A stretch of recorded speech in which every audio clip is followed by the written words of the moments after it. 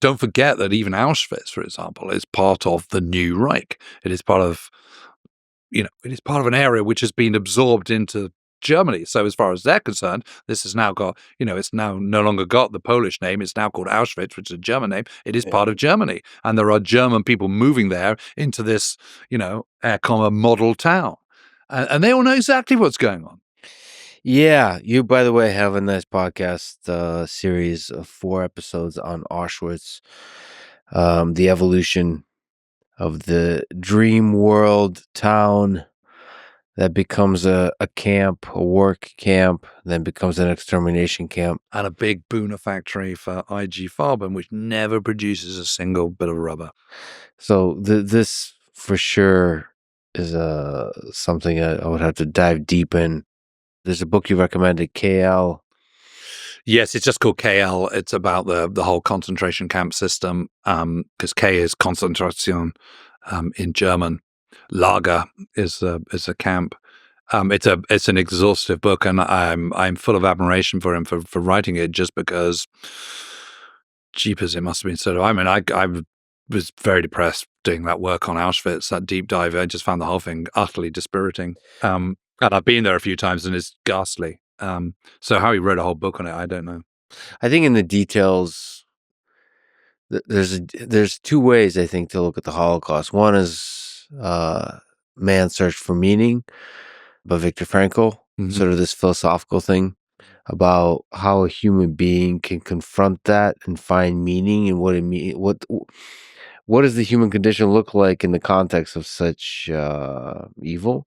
Yeah. And then there is the more sort of detailed, okay, well, how do you actually implement something like the final solution? So you have this ideology of evil implemented. Yes. And at the fine detail of what are the different technologies used, what are the different humans in the hierarchy of humans in a camp, what's the actual experience of the individual person who shows up at a camp. Yeah. Just get in the details, and in those details, I think there's some deep, profound human truth that can emerge. That the mundane, one step at a time, is how you can achieve evil. Yep. So yeah, and you can get lost in the mundane.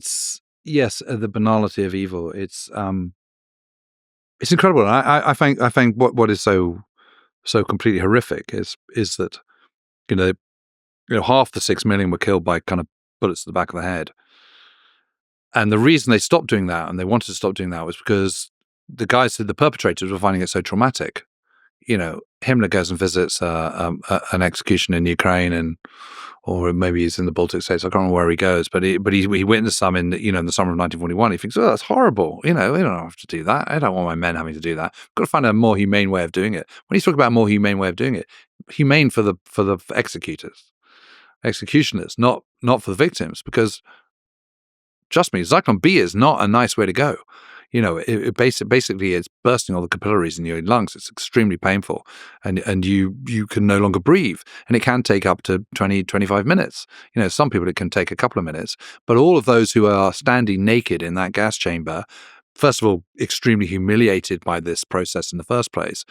Then there's a sudden realization of that they're not having a shower, they're actually being gassed, and they're all going to die. Imagine what you're thinking as that process is, because you might be the first, but you're still going to, even the first person is going to know that I can't breathe and I'm dying. Everyone else is going to see the first few dying and then going to realize that is what's going to happen to them. And you've got those minutes, sometimes many minutes, where you've got to contemplate that. And that's in extreme pain and panic. And just think about how cruel that is. While being humiliated all the way through. And so the inverted commas humanity of the gas chambers is anything but. It's disgusting. And the fact that people could do this is just beyond horrific. And then the fact that you are taking your Jewish prisoners and getting them to cut off all the hair, pull out the teeth of the dead before you put them on a lift and incinerate them. If you go to Auschwitz now and you go to the collapsed, the blown up gas chambers, which the Germans destroyed before the Russians overran them in January 1945, you can still see some of the ash ponds. And there are bits of bone there, but still there from the ash. It is utterly repulsive. And imagine arriving from that train on that incredibly long journey where you've had no comforts whatsoever. You've had humiliations and privation, the privations you've had to suffer as a result of that, having to kind of defecate in a bucket in the corner in front of other people. It's just horrendous. And then you get there bewildered, and immediately your kids are taken away from you, or your, husband and wife who've been married 20 years, they're separated just like that.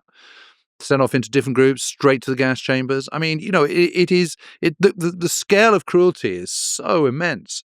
It's hard to fathom. And the thing that I find really difficult to reconcile, and this is where I think the warning from history is important, is that Germany is such an amazing nation.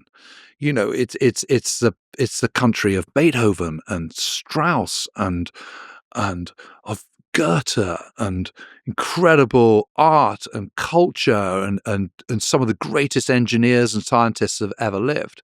And look how quickly it flipped into the descent of unspeakable inhumanity, which manifested itself in the Holocaust and the gas chambers, and the executions into pits and tiny places and creeks in Lithuania or Ukraine or whatever. I mean, it's just horrendous. And, this is from a nation which a decade earlier had been a democracy. It seems like as a human civilization, we walk that Solzhenitsyn line between good and evil. Yeah. It's a thin line, and we have to walk it carefully. Yes.